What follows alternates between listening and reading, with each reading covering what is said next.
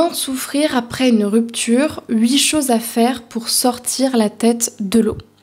Bonjour à vous, j'espère que vous allez bien. Je vous retrouve aujourd'hui sur ma chaîne YouTube S'aimer plus pour vous parler de la rupture amoureuse et vous donner mes meilleurs conseils pour que vous puissiez moins souffrir, que vous puissiez prendre soin de vous et surtout dans cette souffrance au moins avoir la sensation d'avoir des choses sur lesquelles compter, des choses qui vous permettent de continuer, d'avancer et de vous faire du bien dans cette période de contraction importante et de changement aussi important.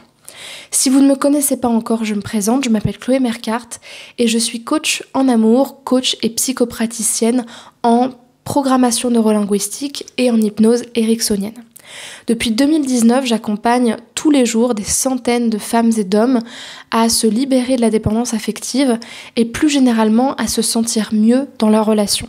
Que ce soit en trouvant l'amour parce qu'ils n'arrivent pas à le faire pour cause de croyances limitantes, pour cause de manque d'estime de soi, pour cause de blessures émotionnelles, pour cause de schémas répétitifs, pour cause d'enfants intérieurs blessés dont ils n'ont pas conscience et qui malheureusement se répètent à chaque fois dans leurs relations contre leur gré, ou encore des personnes qui sont en couple mais qui ont l'impression d'avoir toujours ce stress, cette angoisse de ne pas être assez bien, d'être quitté, d'avoir besoin constamment de l'autre, d'avoir des pensées limitantes à répétition et donc de faire échouer leur relation inconsciemment ou consciemment. Et ce travail-là, cet accompagnement-là est basé en grande majorité sur l'accompagnement au renforcement de l'estime de soi. Donc si vous n'êtes pas encore abonné à la chaîne YouTube, je vous invite à le faire maintenant en cliquant sur le bouton rouge s'abonner qui est en bas à droite de cette vidéo et à cliquer sur la cloche des notifications pour retrouver toutes mes vidéos à 8h chaque matin. Sachez également que j'ai mis à votre disposition une formation offerte qui s'intitule « Incarner la femme sensationnelle, lumineuse et unique qui l'épousera » et qui justement, dans cette situation où vous avez été quitté ou où vous avez quitté quelqu'un qui n'était pas adapté à ce que vous recherchiez, qui finalement ne correspondait pas à la personne avec qui vous aviez envie de partager votre vie, ça peut faire du bien de se rappeler quels sont les principes des relations amoureuses pour s'apaiser, pour comprendre pourquoi ça n'a pas marché et surtout pour ne plus être constamment dans la culpabilisation de soi-même mais dans la compréhension de non-fonctionnement, de commencer justement à faire ce cheminement personnel de travail sur soi et d'amélioration de son estime personnelle. Cette formation, c'est vraiment une aubaine dans ce cas-là, qui a beaucoup servi à des milliers de femmes qui l'ont adorée. Donc si vous souhaitez vous la procurer, je vous invite à aller dans la description de la vidéo, à cliquer sur le lien qui correspond à cette formation, à remplir le formulaire et ensuite vous la recevrez directement par mail.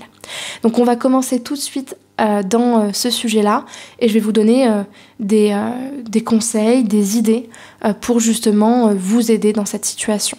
Vraiment, une des idées qui est idéale quand on est en rupture amoureuse et qu'on n'arrive pas à s'en sortir, qu'on a l'impression d'être constamment épuisé, en même temps vidé de son énergie vitale, ou au contraire qu'on a l'impression de se prendre tout, de se noyer quelque part de douleur, d'informations, de trop plein, comme si notre attention était complètement dispersée et qu'on n'était absolument plus capable de discerner ce qui était important de ce qui ne l'est pas et de mettre les choses dans des cases pour pouvoir prendre du recul. L'idéal, à mon sens, c'est de partir en voyage. Même si c'est qu'un week-end, même si c'est pas très loin, même si vous n'avez pas beaucoup de moyens, ou au contraire, même si ça vous demande de tout mettre de côté et de tout réorganiser, je pense, moi je le dirais toute ma vie, je pense, la rupture c'est tellement quelque chose de personnel. Pour moi c'est quelque chose de tellement, je dirais même existentiel, parce que ça vient nous chercher dans quelque part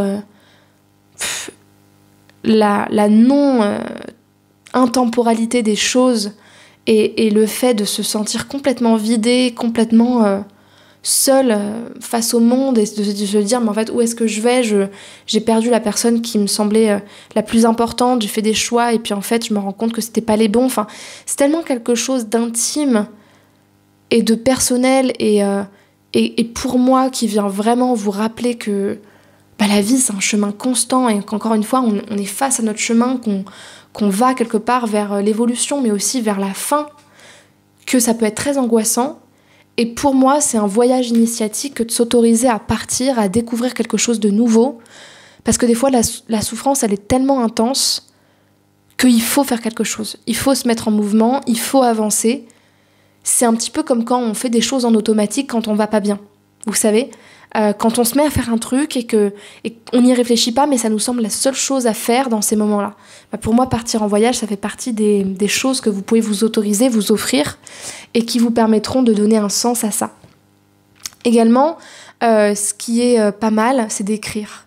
D'écrire sur un carnet, d'écrire des notes, d'écrire des poèmes, d'écrire une musique, d'écrire un roman, d'écrire des pavés, d'écrire une lettre à son ex, d'écrire une lettre à ses ex, d'écrire une lettre à soi-même, d'écrire pour extérioriser, d'écrire pour mettre des mots sur ce qu'on ressent, pour s'autoriser à faire vivre ce que seul nous ressent, et encore une fois donner vie et donner de la légitimité à ce qui est vrai pour nous à l'intérieur. Des fois il y a des choses qu'on écrit que personne lira, mais qui pour nous prennent un sens tellement important, parce que c'est beaucoup plus que la rupture en fait. En fait, je dirais même que ça n'a rien à voir avec la rupture, ça a tout à voir avec nous et avec où est-ce qu'on en est dans notre vie aujourd'hui, durant cette rupture-là, à travers cette rupture-là. Et ça permet de se recentrer, le fait d'écrire. Deuxièmement, vous pouvez aussi faire des activités artistiques, comme par exemple chanter, danser.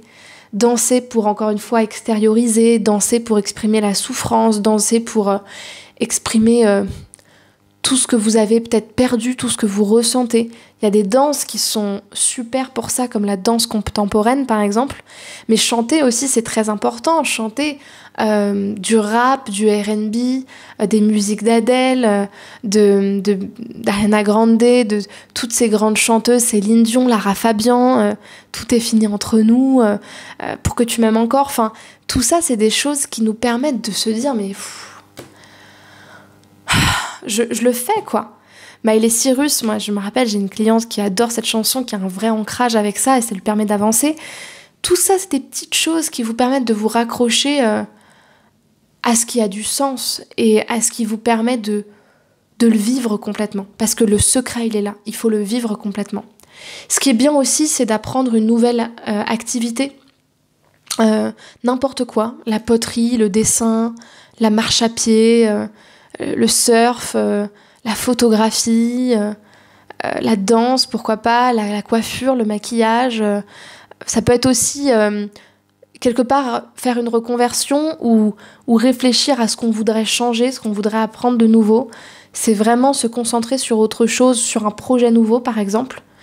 Également, ce qui fait partie des choses que l'on fait souvent au moment d'une rupture, c'est d'aller voir un thérapeute, que ce soit un psychologue, un sophrologue, un coach, un psychopraticien, en PNL, en hypnose comme moi par exemple, ou toute autre forme de thérapie, un chaman, un voyant, un médium, peu importe, quelque chose qui nous fait du bien, un masseur, un magnétiseur, d'aller chercher la thérapie qui vous permettrait de vous recentrer sur vous-même et de déposer ces choses-là.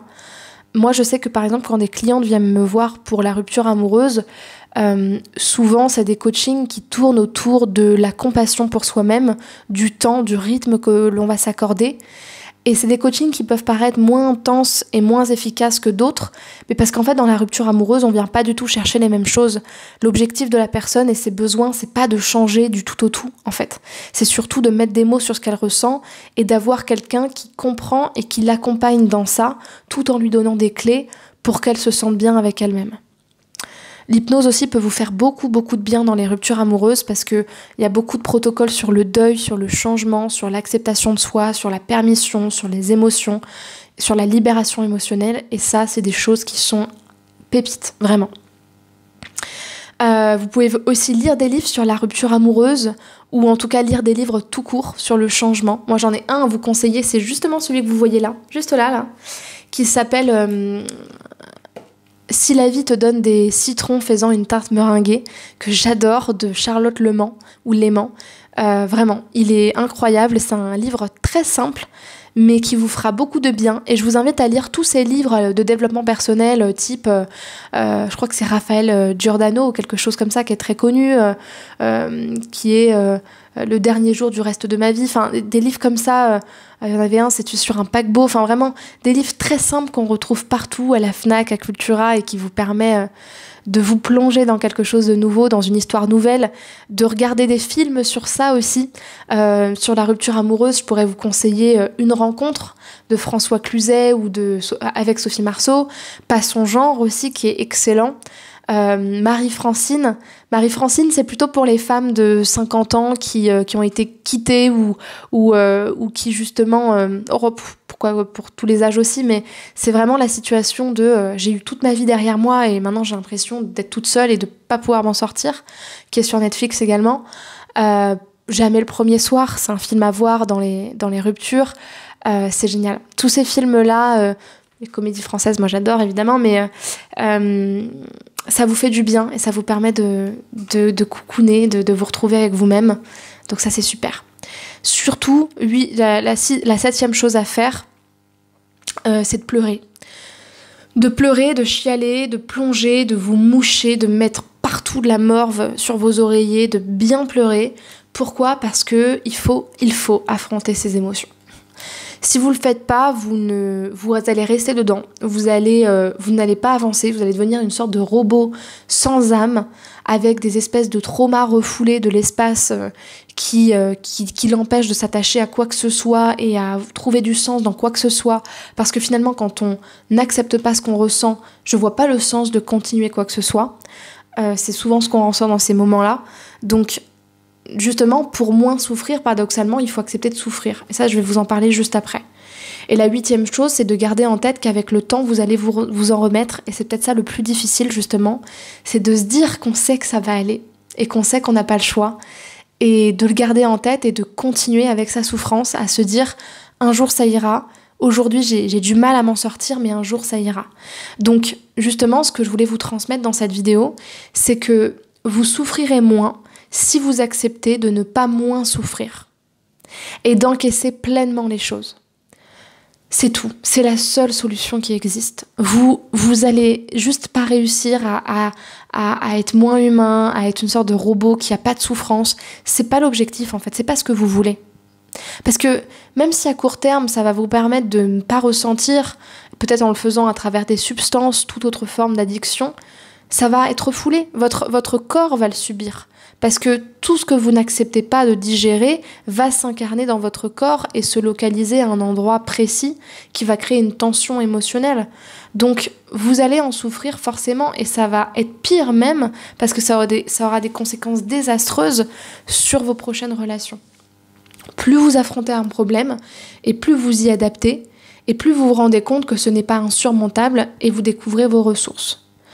Moi, je trouve qu'aujourd'hui, on est dans une société où on cherche tout le temps à avoir plus en faisant moins, à moins souffrir, à l'aide de médicaments, à l'aide de plein de thérapies, ce qui est cool, hein, mais en fait, moi, je le vois même dans mes coachings. Chloé, comment je souffre moins ? Chloé, comment je fais pour ne plus être dépendante affective ? Chloé, comment je... en fait, une des clés, bien sûr qu'il y a plein d'outils, bien sûr que c'est super important de travailler sur ça, sur soi. Mais espérer que c'est en faisant ça que vous n'allez pas souffrir, c'est un leurre. C'est un aveuglement total.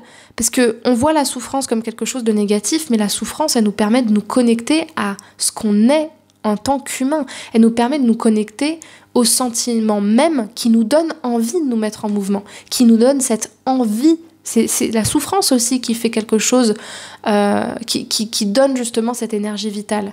La souffrance et le désir, au final, c'est à peu près la même chose. C'est ce qui fait de nous des humains et c'est ce qui nous donne du mouvement, de la vie et de la profondeur. Donc, plus vous apprenez à naviguer avec ça, moins vous serez constamment en train de vous fuir vous-même. Maintenant, si vous sentez que vous avez besoin d'être accompagné pour faire ce cheminement-là, c'est tout à fait possible. Comme je vous l'ai dit, le coaching peut vous y aider et surtout l'hypnose, ça va vous faire vraiment beaucoup de bien. Le fait d'avoir quelqu'un aussi à qui parler pour déposer ça, ça vous fera vraiment beaucoup de bien. Donc si vous souhaitez justement être coaché sur cette thématique-là ou suivre une de mes formations sur la rupture amoureuse, sur comment je prends soin de moi après une relation pour plus reproduire les mêmes erreurs et renforcer mon estime de moi, quoi que vous souhaitiez faire, si vous souhaitez suivre un accompagnement avec moi, je vous invite à prendre votre appel de 15 minutes avec moi qui est un entretien. et que vous allez pouvoir réserver en cliquant sur le lien qui est dans la description de la vidéo. C'est le premier lien en description. Vous allez cliquer dessus, remplir le formulaire et choisir votre créneau d'appel. Et moi, ça me permettra de discuter avec vous quelque temps et de comprendre ce que vous recherchez, quels sont vos besoins. Donc ça, c'est vraiment ce que j'avais à cœur de vous dire. Maintenant, si cette vidéo vous a plu et que vous avez envie de m'encourager à continuer ce type de contenu, je vous invite à me mettre un pouce vers le haut. À mettre un pouce vers le haut et à me laisser un commentaire si vous en avez envie et que vous souhaitez avoir mes réponses ou tout simplement que je puisse le lire. Je vous remercie pour votre attention et je vous souhaite une bonne journée. À demain, 8h pour une prochaine vidéo. Au revoir.